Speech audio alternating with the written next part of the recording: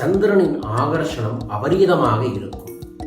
அந்த நாட்கள்ல குழந்தை பேறு வேண்டும் என்று நினைப்பவர்கள், மிக முக்கியமாக ஆண் குழந்தை வேண்டும் என்று நினைப்பவர்கள் தலைக்கு குளித்து விட்டு பச்சரிசி கையில எடுத்து 8 முறை வலதுபுறமாக 8 முறை இடதுபுறமாக தலையை சுத்தி வடக்கு திசையில தூவி விடுங்க.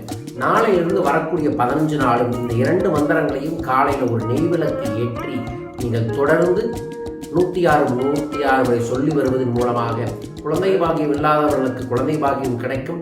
ஆண் குழந்தைக்கு முயற்சி செய்வர்களுக்கு ஆண் குழந்தை பிறக்கக்கூடிய வாய்ப்புகளும் சூழல்களும் உருவாகும். இந்த அற்புதமான புத்திர ஏகாதசியை அனைவரும் பயன்படுத்தி அற்புதங்கள் ஏற்பட வேண்டுமென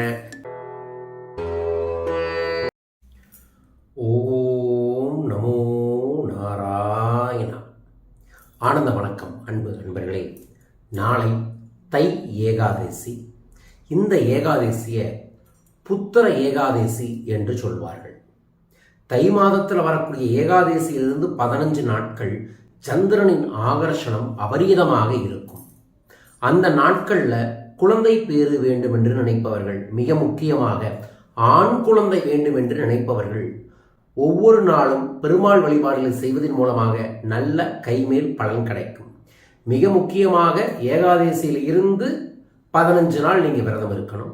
நாளை இந்த புத்திர ஏகாதசி வருகிறது. நாளை காலை எந்திரித்து தலைக்கு குளித்து விட்டு பச்சரிசி கையில் எடுத்து 8 முறை வலதுபுறமாக 8 முறை இடதுபுறமாக தலையை சுற்றி வடக்கு திசையில் தூவி விடுங்க. அதற்கப்புறம் வீட்டுக்குள்ள ஒரு விளக்கு ஏற்றி அதற்கு முன்னாடி துளசி தீர்த்தம் வச்சு மனமாற உங்கள் குடும்பத்தில் மிக விரைவில் சுபகாரியம் நடக்கணும், குழந்தை பேரு கிடைக்கணும், நல்ல ஒரு அற்புதமான பெருமாள் மாதிரி ஒரு தங்க மகன் வந்து பிறக்க வேண்டும், குருவாயூர் அப்பனை தேடி வர வேண்டும் என்று வேண்டிக் கொண்டு விரதத்தை தொடங்க வேண்டும். காலை மதியம் எந்த உணவும் எடுத்துக்கொள்ளாமல் மாலையில் பச்சரிசியில் தயிர் சாதத்தை செஞ்சு அதை ஒரு வாழை இலையில் உங்கள் பூஜை ரூமை வாழை இலையில் போட்டு பூஜை ரூமில் இருக்கக்கூடிய வாழை இலை மேலே தயிர் சாதத்தை போட்டு சென்டரில் மாதுளம்பழத்திலேயே 3 நாமங்கள் போட்டு அதற்கு முன்னாடி உட்கார்ந்து ஓம் நமோ நாராயணாய, ஓம் ஸ்ரீம் லலிதம் லம்போதரம் என்கின்ற இந்த 2 மந்திரத்தை மனமாற ஒரு 106 முறை சொல்லி அதற்கப்புறம் மகாலட்சுமி அஷ்டகத்தையும் கனகதார சோஸ்திரத்தையும் சொல்லி விரதத்தை முடிக்கலாம். தீர்த்தத்தை முதல்ல எடுத்துட்டு அந்த தயிர் சாதத்தை சாப்பிட்டு விரதத்தை முடிச்சுக்கணும்.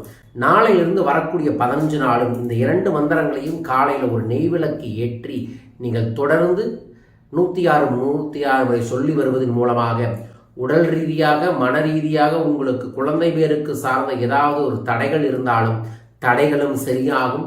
மிக அற்புதமான தெய்வீகமான குழந்தை பாக்கியம் நிச்சயமாக கிடைக்கும்.